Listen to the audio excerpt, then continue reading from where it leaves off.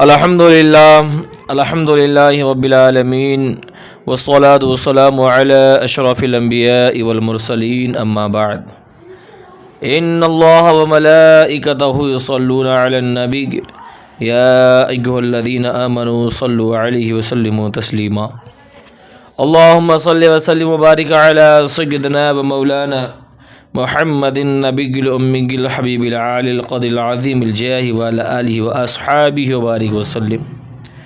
تو آج کا درس بہار شریعت حصہ دوم صفحہ نمبر 300 اور وضو کا بیان چل رہا ہے۔ آج انشاءاللہ ہم لوگ وضو کے مکروہات کے بارے میں پڑھیں گے۔ تو آؤ سماعت کرنے سے پہلے اچھی اچھی نیتیں کر لیں۔ حضور کی حدیث پاک ہے، نیت المؤمن خیر من عملہ، یعنی مسلمان کی نیت اس کے عمل سے بہتر ہے۔ میں بھی اچھی نیت کرتا ہوں اللہ کی رضا حاصل کرنے کے لیے۔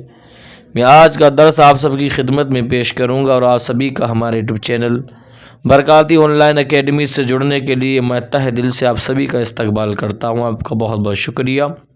تو چلے سماعت کریں۔ وضو میں مکروہات۔ نمبر 1، عورت کے غسل یا وضو کے بچے ہوئے پانی سے وضو کرنا یہ مکروہ ہے۔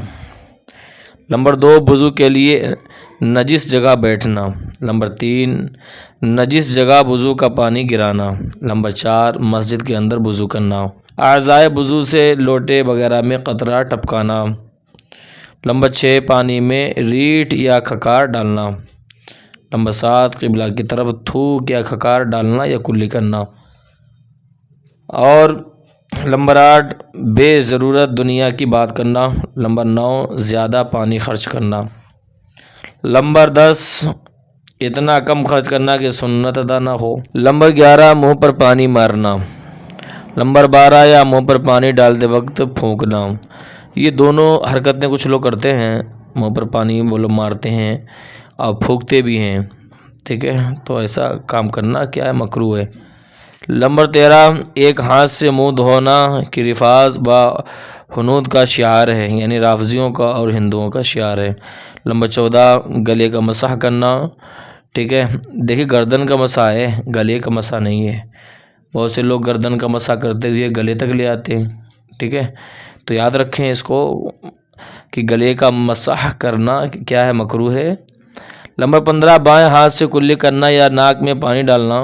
نمبر 16، داہنے ہاتھ سے ناک صاف کرنا۔ نمبر 17، اپنے لیے کوئی لوٹا وغیرہ خاص کر لینا۔ نمبر 18، 3 جدید پانیوں سے 3 بار سر کا مسح کرنا۔ نمبر 19، جس کپڑے سے استنجے کا پانی خشک کیا ہو اس سے اعضائے وضو پر پہنچنا۔ نمبر 20، دھوپ کے گرم پانی سے وضو کرنا۔ نمبر 21، ہونٹ یا آنکھیں زور سے بند کرنا۔ اگر کچھ سوکھا رہ جائے تو وضو ہی نہ ہوگا، اور ہر سنت کا ترک مکروہ ہے، یوں ہی ہر مکروہ کا ترک سنت۔ وضو کے متفرق مسائل۔ مسئلہ نمبر 51، اگر وضو نہ ہو تو نماز اور سجدے تلاوت اور نماز جنازہ قرآن عظیم چھونے کے لیے وضو کرنا فرض ہے۔ مسئلہ نمبر 52، طواف کے لیے وضو واجب ہے۔ مسئلہ نمبر 53، غسل جنابت سے پہلے اور جنب کو کھانے پینے، سونے، اذان و اقامت اور خطبہ جمعہ و عیدین اور روزہ مبارک، رسول اللہ صلی اللہ علیہ وسلم کی زیارت اور وقوف عرفہ، صفا اور مروہ کے درمیان سعی کے لیے وضو کر لینا سنت ہے۔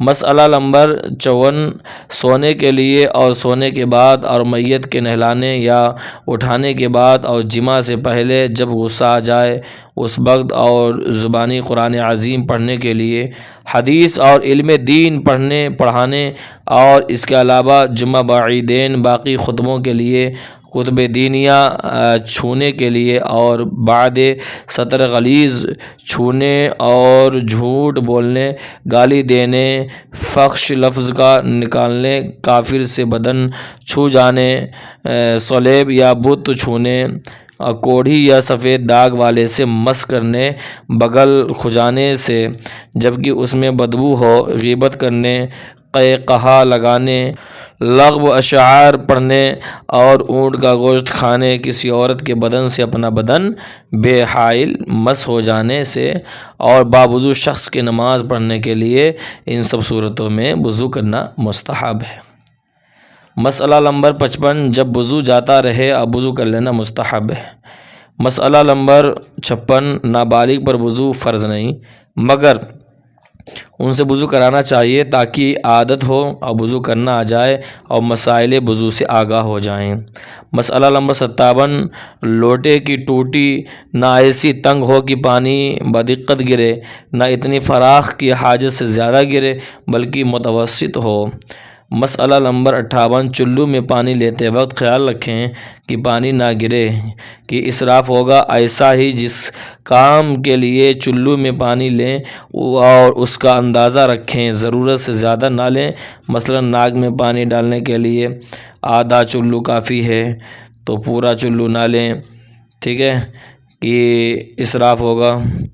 مسئلہ نمبر 59، ہاتھ پاؤں سینہ پشت پر بال ہوں تو ہر تال ایک مٹی ہے وغیرہ سے صاف کر ڈالیں یا ترش والیں، نہیں تو پانی زیادہ خرچ ہوگا۔